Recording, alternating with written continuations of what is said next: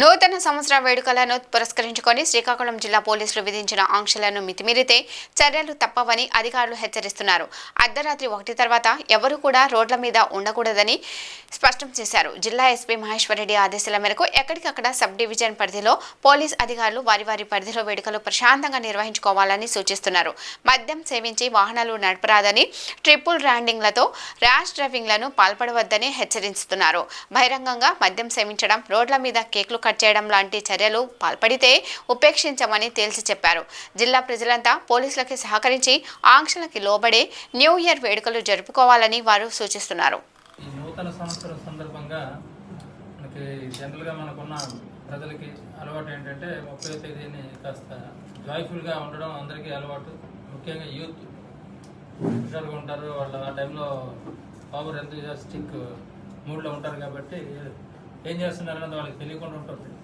అందుచేత దానికి సంబంధించి మన ఎస్పీ గారి తాలూకా ఇన్స్ట్రక్షన్స్ మేరకు టెక్కలి సబ్ డివిజన్ పరిధిలో ముఖ్యంగా న్యూ ఇయర్ని సెలబ్రేట్ చేసుకున్న వాళ్ళకి జస్ట్ కొన్ని సూచనలు ఇవ్వటం జరుగుతూ ఉంది.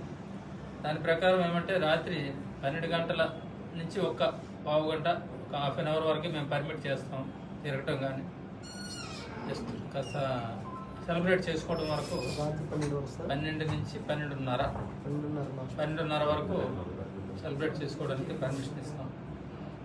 ఆ సమయంలో కూడా ఏంటంటే రోడ్ల మీద బాణసంచ అనేది కాల్చడానికి లేదు. అలాగే వీళ్ళు ఓవర్ స్పీడ్తో పోవటం, పెద్ద సైరన్స్ మోగించుకొని పోవటం, గుంపులుగా పోవటం అట్లాంటివన్నీ కూడా నిషేధం. అట్లాంటివి కార్యక్రమాలు చేయటం కుదరదు. అదేవిధంగా మద్యం తాగి వాహనాలు నడిపినట్లయితే ఆ రోజు డ్రంక్ అండ్ డ్రైవ్ టెస్ట్ కూడా ఎక్కడికక్కడ చేస్తూ ఉంటారు. 3-4 ప్లేసులు చేయడం జరుగుతుంది.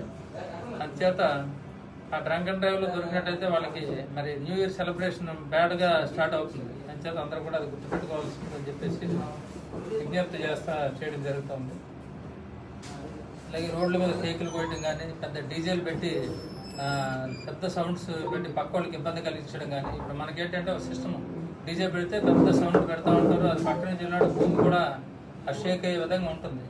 దానివల్ల ఏమవుతుందంటే నైబర్స్ ఎవరైనా సరే పేషెంట్స్ కానీ, ఓల్డేజ్ పీపుల్ కానీ ఉంటే వాళ్ళకి హార్ట్ అటాక్ వచ్చి ఒకళ్ళు ఎప్పుడైనా వాళ్ళు పొరపాటు జరిపినా దానికి పూర్తి బాధ్యత వహించి వాళ్ళ మీద చట్ట ప్రకారం కఠినంగా చర్యలు తీసుకోవడం జరుగుతుంది.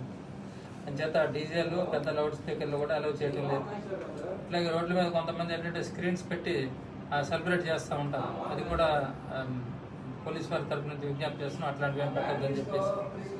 అదేవిధంగా మోటార్ సైకిల్ మీద ట్యాక్లు వేసుకుంటూ తిరగడం, ఓపెన్ ప్లేస్లో డ్రింక్ చేయడం, ఇట్లాంటివి ఏమైనా చేసినట్లయితే మాత్రం చట్ట ప్రకారం కఠినంగా చర్యలు తీసుకుంటాం. అందులో మొహమాటం ఏం లేదు. చట్టాన్ని కఠినంగా అమలుపరుస్తాం.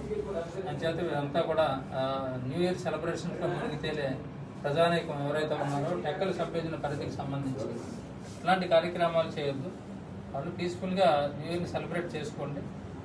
సెలబ్రేట్ చేసుకునేటప్పుడు పక్కవాడికి ఇబ్బంది కలిగించకూడదు. ఎప్పుడు కూడా మనం ఆనందంలో మునిగి తేలాలన్నప్పుడు పక్కవాడిని కూడా ఆనందంగా ఉండేటట్టు చూడాలి.